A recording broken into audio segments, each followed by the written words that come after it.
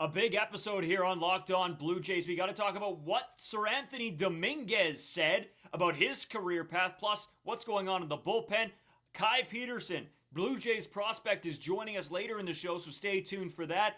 And some of the giveaway nights have been announced. What are some of them, and which one do you not want to miss?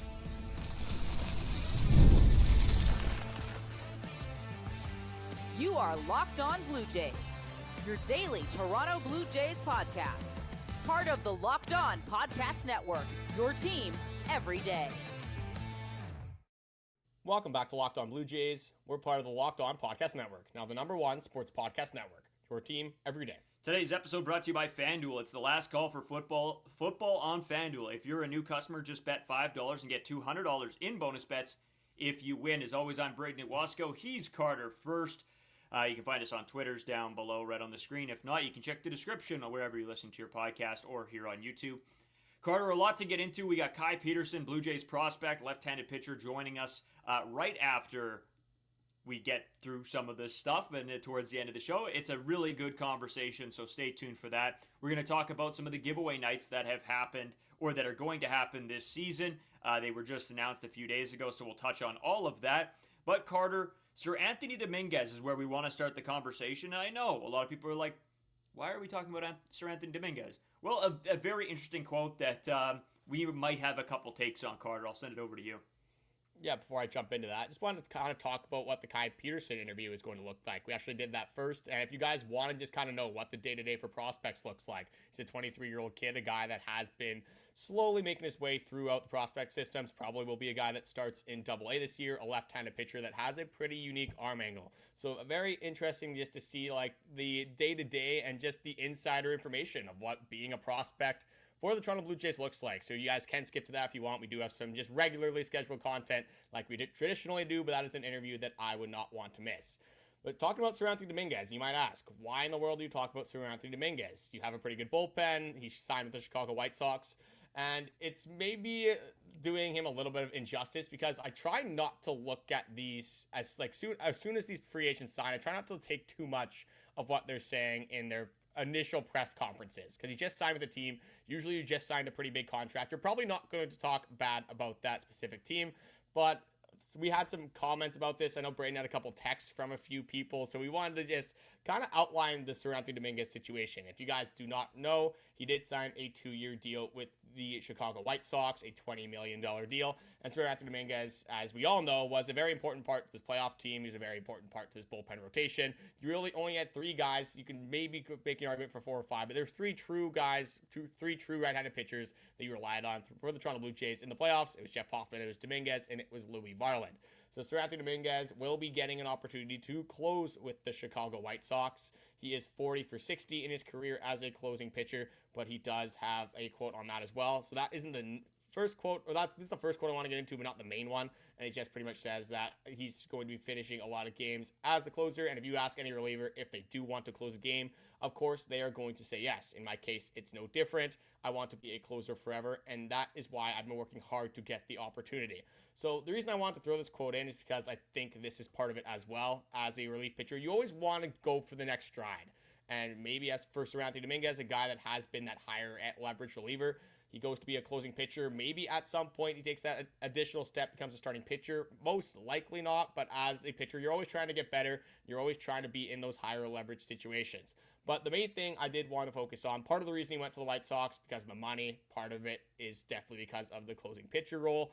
But this is the interesting part, and they talk about the World Series appearance with the Jays and just how Seranthony Dominguez feels about signing with the Chicago White Sox. And he says, "It was very good for me. I've been to the World Series twice, and unfortunately, I have lost twice. I feel like I'm still missing something because I didn't win.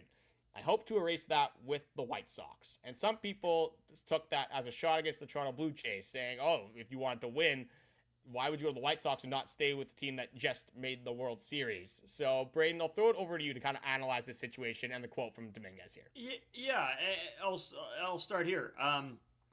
That's just ridiculous to say. The White Sox are not going to be in the World Series.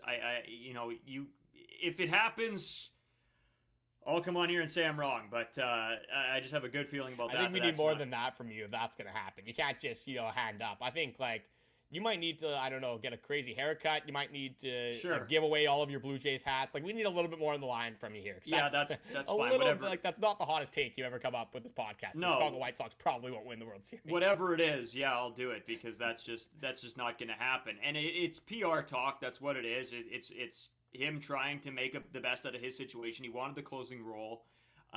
The deal probably was not that with the Toronto Blue Jays, if anything. So he has to make the best of the situation. I don't think it's a shot at the Blue Jays at all. I think it literally is just a guy that just signed a contract and is trying to spin it and say the right things. But, I mean, come on. That's ridiculous. Yeah, like, why did Seranthony Dominguez go to the Chicago White Sox? Why did Kyle Tucker go to the Dodgers? And these aren't perfect comparisons, but I think a lot of it's the contract. I think that's the main reason Dominguez went to the White Sox. I think it's a similar reason why a guy like Max Scherzer went to the 74-win Toronto Blue Jays. He said that he wanted to win. That was a little bit more feasible with the history the Blue Jays had. But you see this all the time with players going to different teams. Bo Bichette said the same thing with the Mets. Chris Bryant, when he signed with the Colorado Rockies, said he wanted to win. You're not signing with the Colorado Rockies if you want to win. You're probably not signing with the White Sox if you want to win. Yes, there's the money. Yes, there's the closing role. There's more things that go into it. Maybe he likes the city of Chicago. And, like, great for Seranthony Dominguez. It's sort of the same idea with Bo Bichette. He got the bag. He got something that I agree the Toronto Blue Jays probably weren't going to hand out for Seranthony Dominguez. And looking at it from where they're at right now, Dominguez is the closer on the White Sox. Not saying Seranthony Dominguez is a bad pitcher. We just said at the start of this episode that he was a big part of this bullpen in 2025. And he definitely has the stuff, the pure stuff, to be a closing pitcher. I don't want my closer to be able to walk every single player that ever exists. That is definitely an issue with Dominguez. But looking at this bullpen right now with the Toronto Blue Jays, and you have Yimi Garcia healthy, you have Louis Varland healthy, you have Jeff Hoffman healthy, and now you have Tyler Rogers. There's arguably 4 players, and maybe even a Brayden Fisher if you want to throw him in there. That's probably where we start getting to the more bold take side of it. But I can comfortably say there's for sure 4 pitchers that are at least equally as good as Seranthony Dominguez. So I'm not that worried about losing Dominguez. And for the Toronto Blue Jays to match a $10 million per contract, I'd rather them just go out and sign the Tyler Rogers contract that brought him to Toronto. Yeah, I'm 100% there. Right, we talked about you needing to replace guys as they leave. And if Seranthony Dominguez was going to leave, his replacement was going to be Tyler Rogers or the return of Yimi Garcia. Yeah. And so you now have 2 more guys than you would have the year prior. So you got to be happy with where this bullpen's at. I mean, I know there are a lot of fans that want a star-studded closing pitcher like the Edwin Diaz, but from what this team was able to do, they did a pretty good job of not only replacing what they lost, but also getting better. And I think they've done that. I think this bullpen is very solid. That's something we couldn't have said last year going into the season. There was a lot of holes in this bullpen that we weren't sure how it was going to play out. This year, I think you do have a little bit more of that certainty. And Louis Varland can eat. He's the guy that can just eat innings, which is really nice to have too, right? There's no day that Louis Varland will for sure be off the table because we saw what he can do in the playoffs. Now, you don't want to do stuff like that, but you have now way more guys that you can trust than you did last season. In terms of fit as well, just kind of breaking down those top 4 guys that you do have in the bullpen, Jeff Hoffman is our favorite to be the closer. I don't think that it should be a hot take. Maybe it is for some people, but Jeff Hoffman, a guy that has a splitter, has a slider. When he's on, he is a very good pitcher. When you look at Seranthony Dominguez, the player that he was, you have a lot of that in a guy like Louis Varland, in a guy like Yimi Garcia. You're getting the swing and miss consistently from Yimi Garcia, and you're getting the very fast fastball. You're getting the fireball or fastball from Louis Varland. We saw a 100 in the playoffs. Getting Tyler Rogers, a guy that doesn't necessarily get that swing and miss, but pitches to contact and has a very unique arm angle, complements this bullpen perfectly. Like, you can't have too many fireballers that have the swing and miss that Seranthony Dominguez does. If they would have re-signed him, I wouldn't have had a problem with it. Like, Dominguez is a very good pitcher. But for the Toronto Blue Jays, having Tyler Rogers, who throws pretty much from the dirt, and we talk about unique arm angles, you already have Trey Savage. Kai Peterson, who we're talking about in this third segment coming up with the interview, he has a pretty unique arm angle from the left side. So you want the uniqueness from the arm angles. Yes, velocity, I think, is still going to be the king. If you can throw 102, 103, 99 even, like 99 is definitely nothing to slouch at. Like, those are good numbers.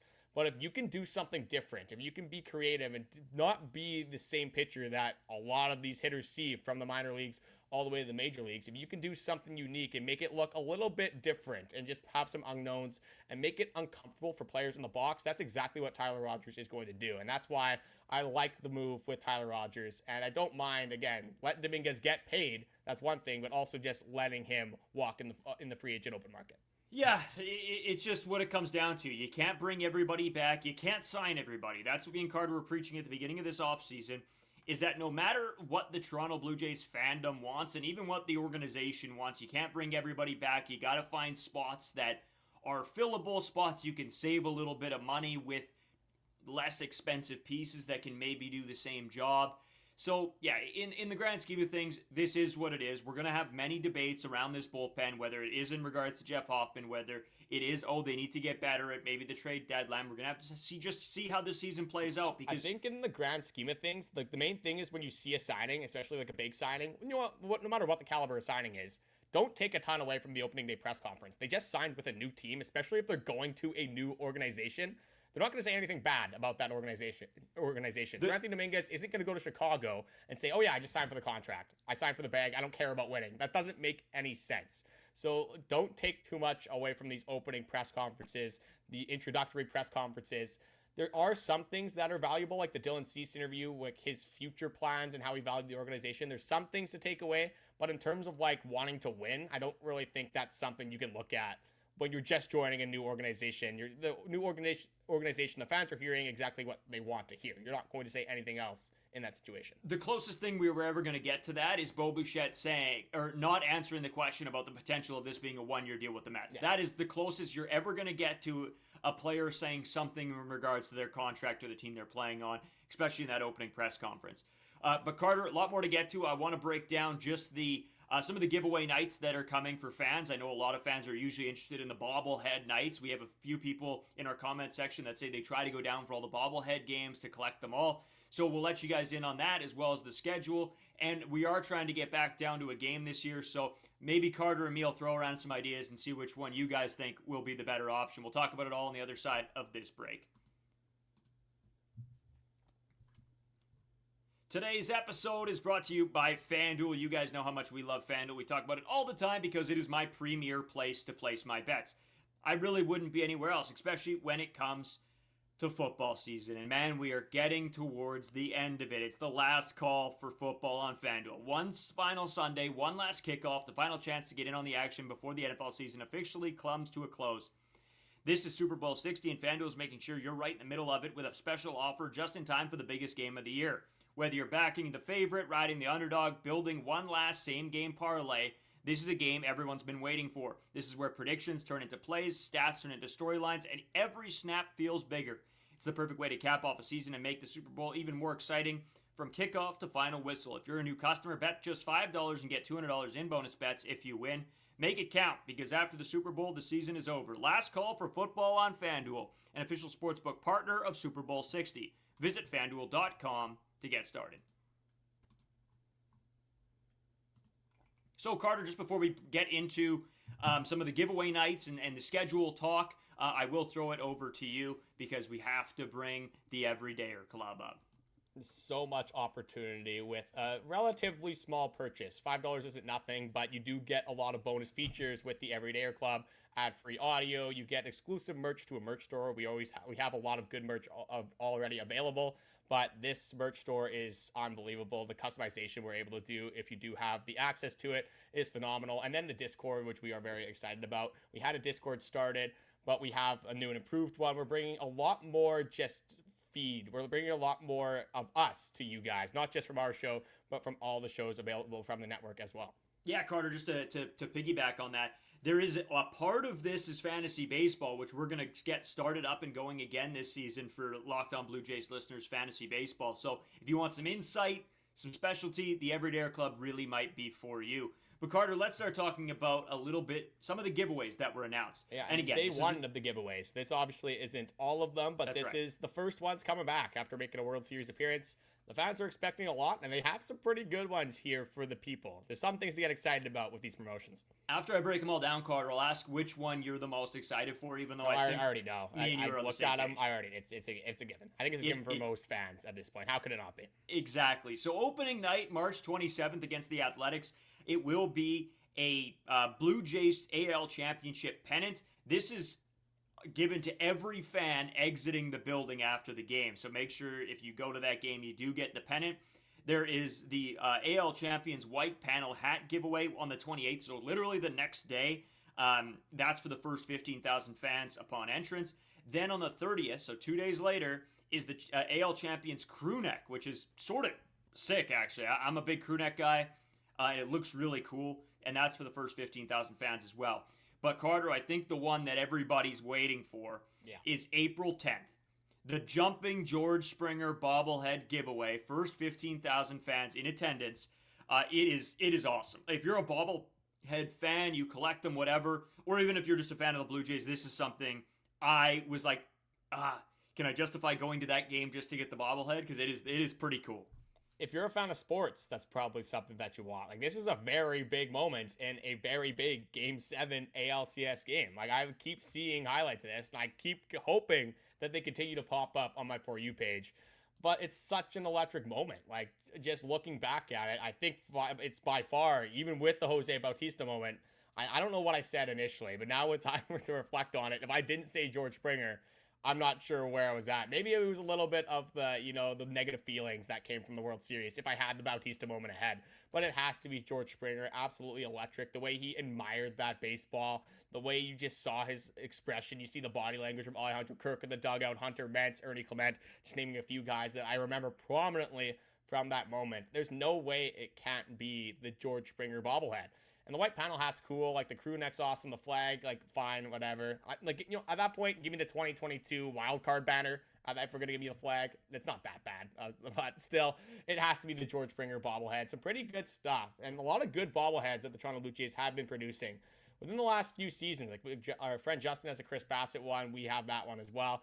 A lot of good stuff, especially on the bobblehead front coming from the Toronto Blue Jays. I like the iconic moment theme that they got going. Yeah, it is really cool. Or I think there was the Vladdy Silver Slugger one that came out as well. Yeah, even the Andres Jimenez, there's one where he's diving for a ball. Yeah. It's a pretty, all the bobbleheads that they're coming out with are pretty nice, and they're definitely a very nice collector's item. So, Carter, last thing, I'm going to give the fans and people some thought, or whatever, food for thought. We're planning to go to a series. We're trying to figure out when.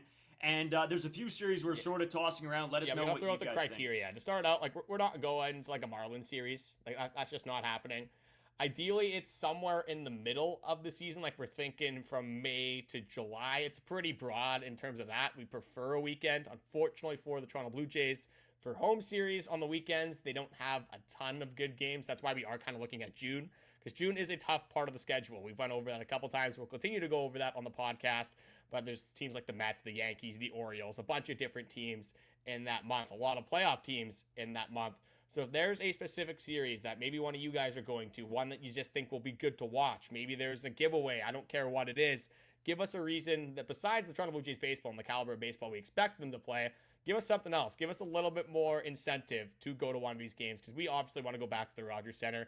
Didn't go in 2025, which some people are saying, hey, is that the reason why the Toronto Blue Jays were good? Stay away. We're not going to buy into that. I'm not going to accept that as a fact. The Locked On Blue Jays are the reason that they went to the... Well, actually, I will take that. The Locked On Blue Jays are the reason that they went to the World Series, but it's not because we weren't there. It's because we were covering the baseball team.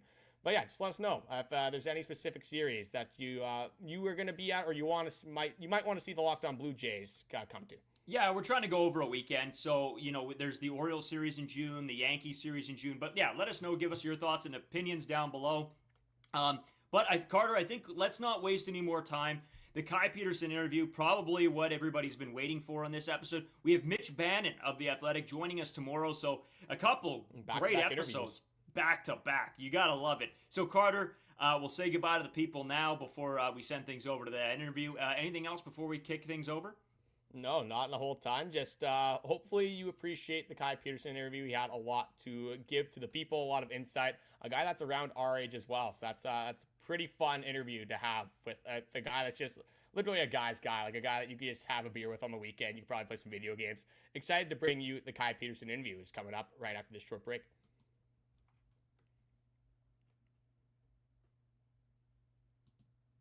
All right, welcome back. Locked On Blue Jays. Brayden Wasco, Carter first here with Blue Jays prospect Kai Peterson. Kai, thanks a ton for joining us again. I know we talked, I actually don't even know how long ago that was.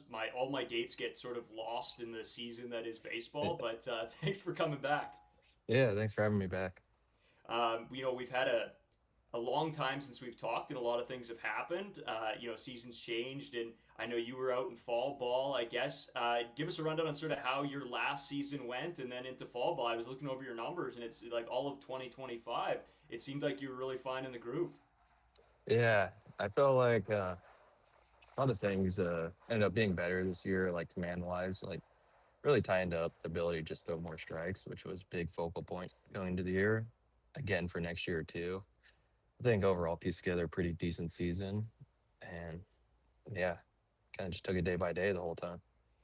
Yeah, I've noticed that you've kind of played around with your arm slots and like your release points since you've had Tommy John surgery. Like, how was that process, like changing your arm slot from the more traditional, like over the top to kind of off to the side, and how that helped you with your performance on the field?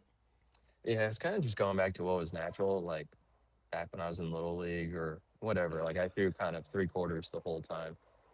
And yeah, so I kind of just went back to what's natural and took it from there and kind of rode with it. Ended up being a really good thing. And yeah. I'm sort of interested. We don't get to talk to a ton of prospects, and when we do, it's sort of get to know the system behind how everything sort of works. So you're out in Florida right now. You got down. I guess since coming there and sort of getting back to the facilities and everything, is it a huge difference within the facilities and how everything's run in comparison to when you are playing AA or single A? Yeah, kind of. There's a lot more like coaches and all the staff members, like front office and all that is here. So you kind of get a little more, I guess, like you get to talk to more people while you're here. It gets a little chaotic though sometimes just due to how many people are here. So there's like pros and cons of the whole thing. So one thing that I did want to ask, because I am 2002 as well, so we are close in age. So you had a full off season, you had some time, you were 23 years old. What does an off season look like for a 23-year-old prospect doing one of the better things that I can imagine? Living in California, being in Florida now with the Toronto Blue Jays, two pretty good places to be like all time around. But what did the off season look like for you? Like even baseball aside, just some things that you like to do, just kind of take your mind off ball and maybe just go out and relax. Yeah, this offseason a little shorter just due to going to the fall league. I think it's around 8 weeks. Typical offseason's probably 12, 15 weeks. So I kind of had to get straight back into baseball again. I didn't get a lot of time off to do nothing. And like days I was kind of more relaxing, like I would be playing video games, just kind of like traveling. Like we got Lake Tahoe by us, we'd go up there a few days and stuff like that. Try to get away from baseball, but main goal at the end of the day is be the best pitcher I can be, and so can't really waste too much time during the off season. How many days are you in the gym in the off season in comparison to during the season? I know with games, all the time. I'm assuming that's just part of a daily regimen, but in off season in comparison to during, sort of what's the routine look like? Yeah, I'd say early in the off season, probably the first 5 weeks, I was lifting 6 times a week, kind of just trying to pack on as much strength and muscle as I could. And then as baseball activity starts to ramp up more, like higher intent days throwing wise, take probably 3 or 4 days a week to lift. And now we're back to just 3 days a week.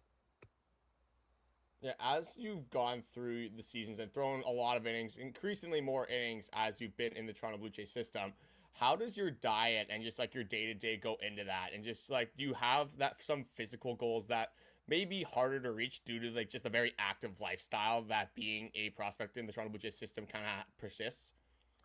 I wouldn't say there's goals that are hard to reach. Diet-wise, I'd say I eat pretty clean throughout the day. And big thing for me is sleep, trying to get at least 9 hours of sleep a night. That's probably the biggest thing, I think, to being healthy. And then just all the work you put in the off season, just staying healthy, me and my buddy back home, we talk about like gaining strength. Like you're not necessarily doing it to throw harder. You're doing it to stay healthy, just so then muscles and ligaments can support more force throughout the season and more just support more throughout the season.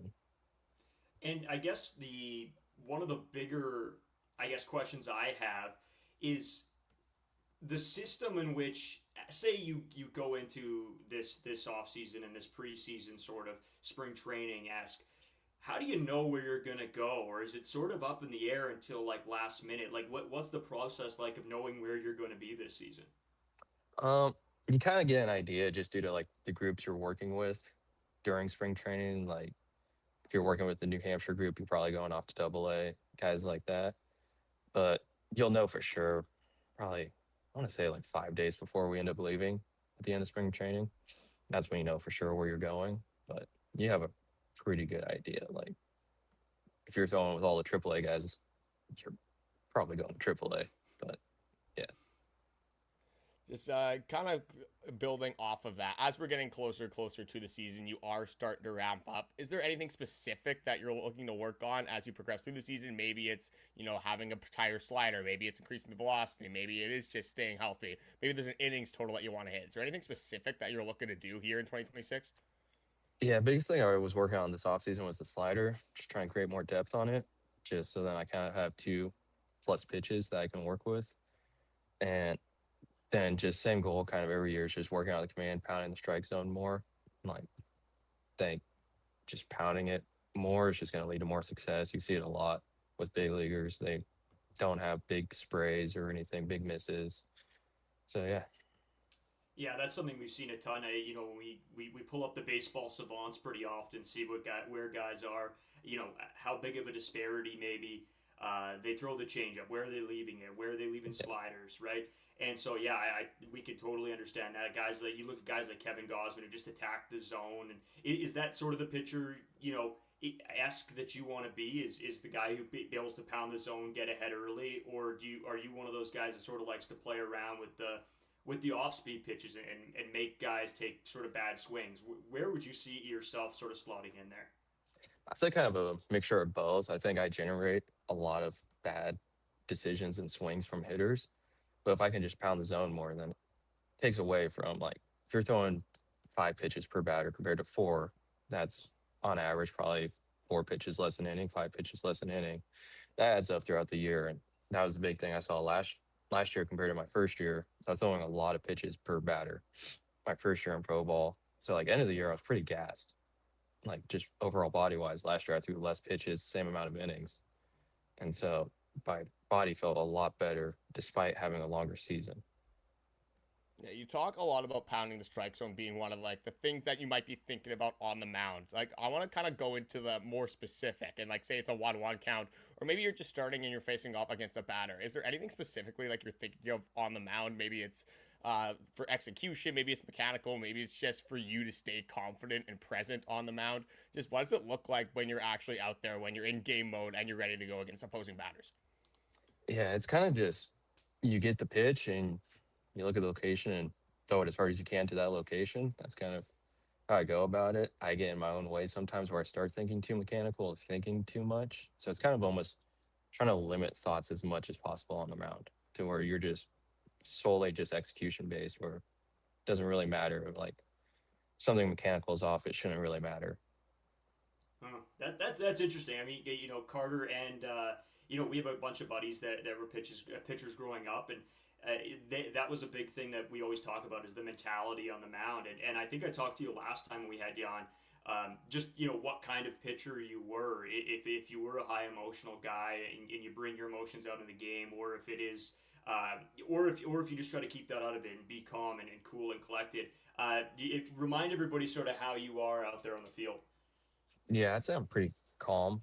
Like, I think that's just kind of how I am as a person. I'm not going to generate like fake energy or anything that like doesn't match my personality. I think it's too hard to go about for a full year, let alone if you want to play 10 years in the league. You can't generate that for 10 years. I remember seeing Shane Bieber talk about that, how he tried to do that early on in his career. And then it's just like, that's kind of just not who I am. I'm not an angry guy or anything. Just went out there calm and and he ended up becoming Cy Young. So I always like to ask this question when we have players on, people that have been around baseball a whole lot. A lot of athletes are superstitious and they like to do very specific things before they go out onto the mound, before they have an at bat. Like there's the relief pitcher in the major leagues that likes to slap himself before going into the game. Not necessarily slapping yourself, but is it like a pregame regimen? Is it like a pregame meal? Is it something that you do, something that you think of on the mound? Like, are you superstitious in any way, or do you just kind of go out there and get the job done? no, not really. The only thing I'll do is so I got quite a bit of gloves. Probably got 3 or 4 gloves I carry with during the season. So I'll end up having my girlfriend choose which glove depending on the uniform we're wearing. Just kind of takes like a little that. ease off me. I like it. Not to try to color coordinate and all that. So helps a lot. So you kind of let her take care of like the style part of it maybe a little bit, and then you focus on the business? Yeah, pretty much. I'm not too fashion oriented or anything. I think we can say the exact same thing on this podcast. But however, Brayden does have about 30 Blue Jays hats that he throws on, so you can pretty much wear one for every day of the month.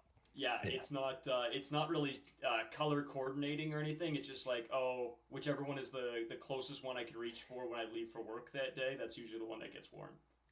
Yeah, it's kind of how it is for me too. I wanted to go back to sort of fall ball, and obviously that is just more baseball in the season.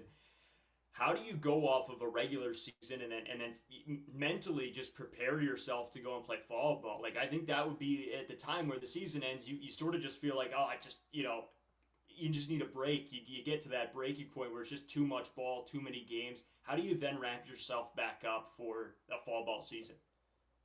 Yeah, it wasn't too hard, honestly. Like we got, I think, 2 weeks off in between, but still had to stay in shape, throwing wise and everything, and lifting.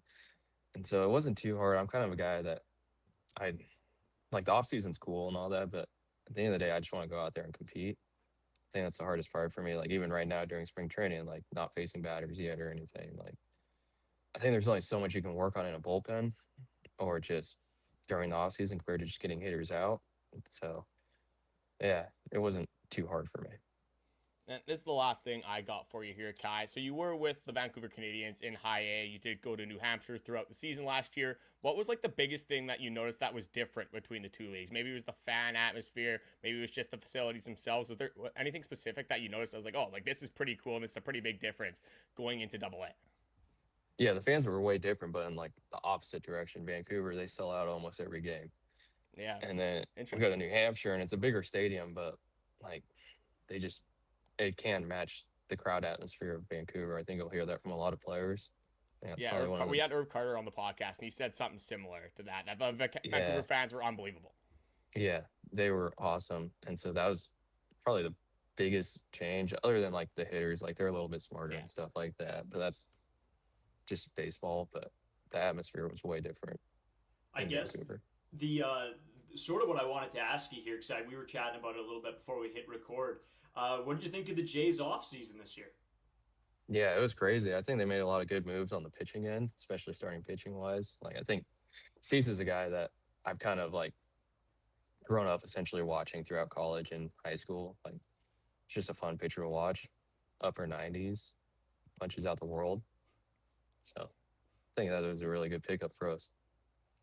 And I guess to sort of cap things off, where could you see yourself getting promotion this year? Sort of, how does that whole system work? Like, do you know going in that there's a potential for you to reach that next level, or is it completely just take it day by day and sort of see how things go? And I'm gonna jump in too. Also, like, how does that process work? Like, do you get called into the office? Like, who lets you know that you're being promoted into the next league?